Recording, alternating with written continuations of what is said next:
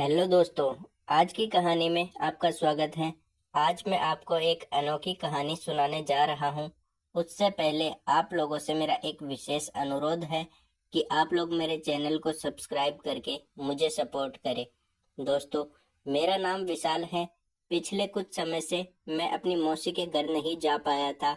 मौसी कभी कभी फोन कर लिया करती थी, लेकिन उस समय मैं अपनी मास्टर डिग्री की फाइनल परीक्षा की तैयारी में बहुत बिजी था। अब परीक्षा का रिजल्ट भी आ चुका था और अब मैं एक अच्छी नौकरी की तलाश में था, लेकिन मौसी की यादें मेरे मन में अभी भी ताजा थी। उनके साथ बिताए हुए खुशनुमा पल मुझे हमेशा याद आते हैं। मैंने सोचा क्यों न अब जाकर मौसी से मिल लूं और उनके हाथों का बना खाना खाकर कुछ दिन उनके साथ बिताऊं। इसलिए मैंने तय किया कि इस बार मैं मौसी के घर जाकर कुछ समय बिताऊंगा। यह मेरे लिए सिर्फ परिवार के साथ बिताने का मौका नहीं था, बल्कि अपने भीतर के तनाव को भी दूर करने का एक तरीका था। आखिरकार भगवान जी ने मेरे अंदर की बात सुन ली और एक दिन मेरी मौसी का फोन आया। उन्होंने माँ से कहा कि तुम और विशाल 7-8 दिन के लिए हमारे घर आ जाओ। तुम्हारे जीजाजी अगले 8 दिनों के लिए बाहर जा रहे हैं। वैसे भी हम सबको मिले हुए काफी दिन हो गए हैं। इस बहाने हम 7-8 दिन साथ रहकर खूब मजा करेंगे। तुम कल ही आ जाना, मैं इंतजार करूंगी। बगल में खड़ा मैं सब कुछ सुन रहा था, क्योंकि माँ ने फोन स्पीकर पर रखा था ताकि मैं भी सुन सकूं। मेरी माँ का नाम शीला है और मेरी मौसी का नाम गीता है। यह सुनकर माँ ने कहा, ठीक है गीता, हम दोनों कल आ रहे हैं। यह कहकर माँ ने फोन काट दिया। फरवरी का महीना था, ठंड काफी पड़ रही थी, इसलिए माँ ने कहा, अर्जुन, हम सुबह 10 बजे से निकलेंगे ताकि ठंड कम लगे, लेकिन हम बाइक से चलेंगे। मैंने माँ को हाँ कर दी। फिर माँ ने कहा, मैं हम दोनों के कपड़े पैक कर देती हूँ। फिर माँ कमरे में चली गई। मैं भी अपने कमरे में जाकर बिस्तर पर लेटकर सोचने लगा कि अगर मौसी ने माँ को सब कुछ बता दिया तो क्या होगा, और अगर माँ के सामने मौसी ने कुछ ऐसा किया तो क्या होगा। इस सोच में मैं सो गया। अगले दिन मैं और माँ चाय नाश्ता करके तैयार हो गए। 10 बजे हम अपनी बाइक से निकले मौसी के गांव जाने के लिए। 3 घंटे का रास्ता था। हम अपने मगन में चूर होकर चले जा रहे थे। शहर की सीमा पार करते ही हमें कच्चा रास्ता मिला। बाइक की सीट पीछे से थोड़ी ऊंची थी, इसलिए माँ बार बार मुझसे टकरा रही थी। मैंने माँ से कहा, डरो मत, मुझे कसकर पकड़ लो। वैसे भी माँ को बाइक से यात्रा करने की आदत नहीं थी, इसलिए उसने एक हाथ मेरे कंधे पर रखकर कसकर पकड़ लिया और दूसरे हाथ से मेरी जांघ पर कसकर पकड़ कर बैठ गई। वह पीछे से मुझसे चिपक कर बैठी थी। कच्चे रास्ते की वजह से बाइक हिल रही थी, लेकिन मेरे मन में कुछ ऐसा नहीं था। अब रास्ते में काफी गड्ढे थे। मैं बाइक धीरे चला रहा था। फिर भी एक बार जब मैं गड्ढे को बचाने की कोशिश कर रहा था, तो बाइक का पहिया दूसरे गड्ढे में चला गया। हम दोनों उछल गए और माँ ने खुद को संभालने के लिए मुझे कसकर पकड़ लिया। यह सब एक पल में हुआ और हम दोनों को कुछ समझ नहीं आया। माँ ने कहा, कैसे रास्ते हो गए हैं, लोग बाइक पर कैसे सफर करते हैं, भगवान जाने। यह सुनकर मैंने माँ से कहा, अरे बारिश के कारण सड़क की हालत खराब हो गई है, थोड़ी दूर और चलो, आगे अच्छा रास्ता मिलेगा। माँ ने कहा, अच्छा हुआ, नहीं तो मुझे लगा था कि तेरी मौसी के घर तक ऐसा ही रास्ता होगा। अब मैं मन ही मन सोच रहा था कि माँ को यह सब महसूस हुआ होगा या नहीं। अगर हुआ होगा तो उसने अपना हाथ हटाया क्यों नहीं, बल्कि उसने तो और कसकर पकड़ रखा था। क्या उसे भी इसमें कुछ संतोष मिल रहा था? ऐसे कई सवाल मेरे मन में चल रहे थे। अब हम गांव के पास पहुंच चुके थे। आखिरकार हम मौसी के घर पहुंच गए। तब दोपहर के 2 बज रहे थे। बाइक की आवाज सुनकर मौसी आंगन में आई। हमें देखकर वह बहुत खुश हुई। उन्होंने तुरंत माँ को गले लगाया और माँ ने भी उन्हें कसकर गले लगाया। दोनों एक दूसरे से हालचाल पूछने लगी। फिर माँ अंदर चली गई और फिर मौसी ने मुझे कसकर गले लगाया और मैंने भी उन्हें गले लगाया। तभी मौसी ने कहा, क्या रे बदमाश, इतने दिन हो गए तू आया ही नहीं, और हाँ, तू इतना सज धज कर कैसे आया है? अब तो तेरी माँ को सब कुछ बताना ही पड़ेगा, फिर दोनों का घर में ही इंतजाम हो जाएगा। यह सुनकर मैं दूर हटते हुए कहा, क्या बोल रही हो मौसी? कुछ भी। इतना कहकर मौसी घर के अंदर चली गई और मैं बाइक से अपने बैग को लेकर घर के अंदर ले आया। दोनों बहनें किचन में बातें कर रही थी। मैं बैग रखकर फ्रेश होने चला गया। फ्रेश होकर कपड़े बदलने के बाद हॉल में जाकर बैठ गया। इस बीच माँ और मौसी डाइनिंग टेबल पर खाने की प्लेट लगा रही थी। तभी मौसी ने मुझे आवाज देकर खाने के लिए बुलाया और मैं उनके साथ खाना खाने बैठ गया। हम बातचीत करते हुए मजे से खाना खा रहे थे। इधर उधर की बातें करते हुए हमने संतुष्टि से खाना खत्म किया। इतने में माँ ने कहा, गीता, क्या बताऊं तुझे, रास्ता इतना खराब था कि गाड़ी में धक्के खाकर मेरी कमर दर्द करने लगी है। पूरा शरीर दुख रहा है। अब तू ही कुछ कर। इस पर मौसी ने कहा, चिंता मत कर, मेरा विशाल बहुत अच्छा मसाज करता है। जब एक बार मेरा भी पूरा शरीर दर्द कर रहा था तब उसने मसाज किया था। मुझे बहुत अच्छा महसूस हुआ था। पूरा शरीर एकदम हल्का हो गया था। इतना कहकर मौसी ने मुझे आंख मारते हुए कहा, अर्जुन, माँ का शरीर दर्द कर रहा है, मसाज कर देना, बाद में आराम हो जाएगा। मैंने हाँ कहते हुए वहां से उठकर हॉल में जाकर बैठ गया। मेरे मन में एक सवाल लगातार उठ रहा था कि मौसी ने झूठ क्यों बोला कि मैं अच्छा मसाज करता हूँ। ऐसा क्यों कहा होगा? क्या वह झूठ बोल रही थी ताकि मेरी माँ के साथ मेरी नजदीकी बढ़ सके? मौसी इन सब से क्या हासिल करना चाहती थी? मेरे मन में बेचैनी बढ़ रही थी। दोनों महिलाएं किचन में साफ सफाई कर रही थी और मैं दोनों पर नजर रख रहा था। दोनों का शरीर एक जैसा लग रहा था। वह धीमी आवाज में कुछ बात कर रही थी लेकिन मुझे ठीक से सुनाई नहीं दे रहा था। पर न जाने क्यों मुझे ऐसा लग रहा था कि वे दोनों मेरे बारे में ही बात कर रही होगी। कुछ ही समय बाद दोनों हॉल में आकर बैठ गई क्योंकि अब दोपहर के 4 बज चुके थे। मौसी ने माँ से कहा, शीला, तू कपड़े बदल ले, गाउन लाई है क्या? नहीं तो मेरा ले ले। चल पानी पी और बेडरूम में आराम कर, फिर विशाल मसाज कर देगा तेरी। इतना कहकर दोनों बेडरूम में चली गई। मैं हॉल में बैठा सोच रहा था कि मैंने आज तक मसाज नहीं किया। थोड़ी देर बाद मौसी किचन में आ गई और एक कटोरी लेकर आई और बोली, चल विशाल। फिर मैं चुपचाप उसके पीछे बेडरूम में चला गया। बेड पर माँ पेट के बल लेटी हुई थी। मैं माँ को एकटक देखने में इतना खो गया कि मौसी कब मेरे पास आकर खड़ी हो गई मुझे पता ही नहीं चला। तब मौसी ने कहा, इतना क्या देख रहा है विशाल, क्या कभी किसी को इस तरह नहीं देखा? फिर उसने कहा, चल अब माँ की मसाज कर दे ताकि उसे आराम मिल सके। मैं बेड पर बैठ गया और मौसी ने तेल की कटोरी मेरे हाथ में देते हुए कहा, चल पैरों से शुरू कर। मैंने माँ के पैरों पर तेल लगाना शुरू किया और मौसी पास ही लेटकर देख रही थी। मैं बारी बारी से दोनों पैरों पर तेल लगाकर मसाज कर रहा था। मौसी हल्की मुस्कान के साथ मुझे देख रही थी और इशारों में मुझे कुछ कह रही थी कि ऊपर की ओर भी मसाज करो, लेकिन मुझे शर्म आ रही थी। तभी माँ ने अपना चेहरा दूसरी ओर कर लिया। इसके बाद थोड़ी दूरी पर सोई हुई मौसी माँ से कहने लगी, कैसा लग रहा है? मेरी माँ ने कहा, बहुत अच्छा लग रहा है गीता, आज पहली बार ऐसा कुछ करवा रही हूँ, वह भी तेरे जोर देने की वजह से।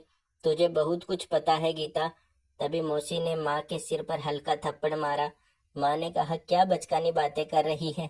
विशाल देख रहा है, उसे क्या लगेगा? इस पर मौसी ने माँ का गाल खींचते हुए कहा, इसमें क्या है, वैसे भी विशाल ने बहुत कुछ देखा है।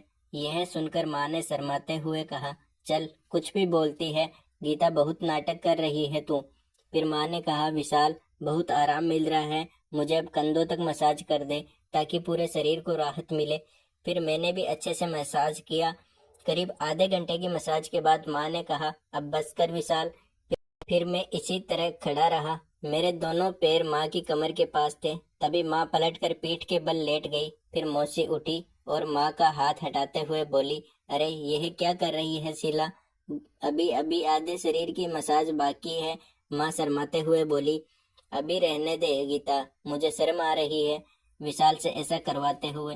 फिर मसाज के बाद माँ को कमर दर्द से राहत मिली। तब हम सब बाहर आए। फिर मौसी ने मुझसे पूछा, तो विशाल एक बात बता, माँ की मसाज करके तुझे कैसा लगा?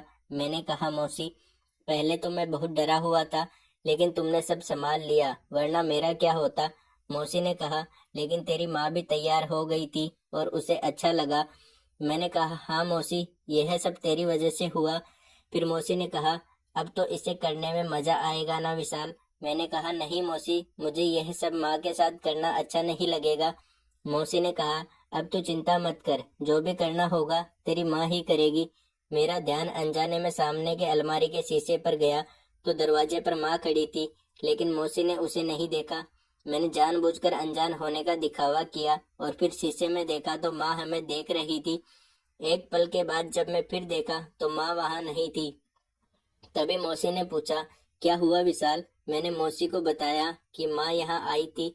यह सुनकर मौसी खुश होकर बोली, क्या कह रहा है विशाल? तो इसका मतलब तीर सही निशाने पर लगा है। अब शीला खुद आएगी। इतना कहकर हम दोनों बेड से उठे और बाथरूम में जाकर फ्रेश हो गए। अब शाम के ठीक 5 बजे थे। फिर हम दोनों ने कपड़े पहने और तैयार हो गए।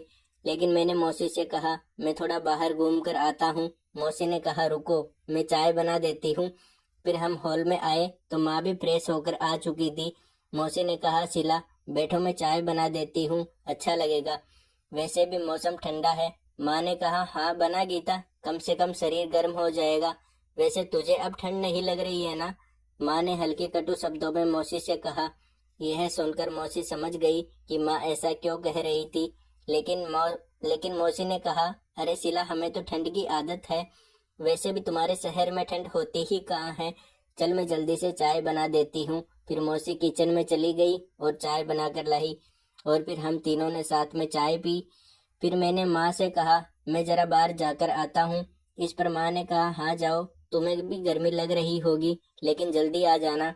मैंने माँ को हाँ कहा और बाहर निकल गया। मैं घूमते घूमते नदी के किनारे एक सुंदर शांतिपूर्ण प्राकृतिक माहौल में जा बैठा। हवा में बहुत ठंडक थी और सर्द हवा शरीर को चुभ रही थी। इतने अच्छे वातावरण में भी मेरे मन में विचार आ रहे थे कि मौसी और मेरे बीच जो कुछ था वह माँ को पता चल गया था। दरअसल में उसने सब कुछ देख लिया था।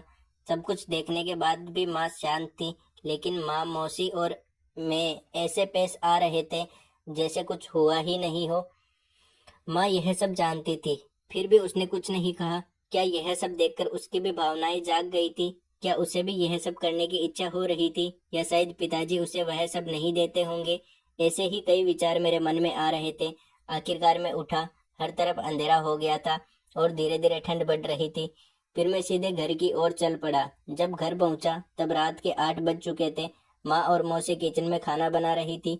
मुझे देखकर माँ ने कहा, आ गया विशाल, गर्म पानी से हाथ मुंह धोकर आ, फिर हम खाना खाएंगे। फिर 9 बजे के करीब हम खाना खाने बैठे। तब मैंने मौसी से कहा, मौसी यहाँ बहुत ठंड है, हमारे यहाँ कभी इतनी ठंड महसूस नहीं होती। इस पर मौसी ने मुझे आंख मारते हुए कहा, चिंता मत कर, आज हीटर है, तुझे बिल्कुल ठंड नहीं लगेगी। मैंने कहा, सच? तो ठीक है, आज मैं जल्दी सो जाऊंगा, बहुत थक गया हूँ मौसी, अब तो ऊब भी हो गई है। तभी माँ ने कहा, अरे तुम तो इतने नौजवान हो, तुम्हें क्या हो गया है, इस उम्र में भी थकान? मौसी ने कहा, अरे शीला, यात्रा की वजह से थक गया होगा और ऊपर से इतना खराब रास्ता है। इस पर माँ ने कुछ नहीं कहा। इस तरह हम बातें करते करते खाने का आनंद ले रहे थे। फिर वह दोनों रसोई की सफाई में लग गई और मैं उठकर आंगन में थोड़ी देर टहलने गया और फिर बेडरूम में सोने चला गया। मौसी ने पहले ही सब तैयार कर रखा था। एक बड़ी सी कंबल बिस्तर पर बिछी थी जो 2 लोगों के लिए काफी थी। मैं कपड़े उतार कर बिस्तर पर लेट गया और दीवार की ओर मुंह करके कंबल ओढ़ ली। मुझे पता था कि वे दोनों जब आएंगी तो मौसी मेरे पास ही सोएंगी, क्योंकि वह पिछले कुछ दिनों की कमी पूरी करने वाली थी। ऐसे ही सोचते सोचते मैं शांति से लेटा रहा, लेकिन नींद नहीं आ रही थी। मैं उनके आने का इंतजार कर रहा था। 1 घंटे बाद वे दोनों बातें करते हुए बेडरूम में आई। मौसी ने कहा, शीला, तुम बीच में सो जाओगी क्या? इस पर माँ ने कहा, तू ही सो जा बीच में गीता। फिर मौसी ने कहा, अगर तुम बीच में सोओगी तो तुम्हें ठंड नहीं लगेगी। फिर भी माँ ने मना कर दिया। मैं दोनों की बातें सुनते हुए सोने का नाटक कर रहा था। थोड़ी देर बाद सब शांत हो गया। मैंने चुपके से मुंह से कंबल हटाकर देखा तो हर जगह अंधेरा था। इसका मतलब मौसी ने सारी लाइट बंद कर दी थी। मैं मन ही मन बहुत खुश था, क्योंकि अब माँ को कुछ भी नजर नहीं आने वाला था। अगले 15 मिनट तक मैं ऐसे ही पड़ा रहा, लेकिन कोई हलचल नहीं हुई। फिर मैं करवट बदलकर मौसी की ओर मुंह करके लेटा। तब मेरे दिल की धड़कन तेज हो रही थी। मौसी पास ही थी। मैं उसकी सांसों की आवाज सुन सकता था।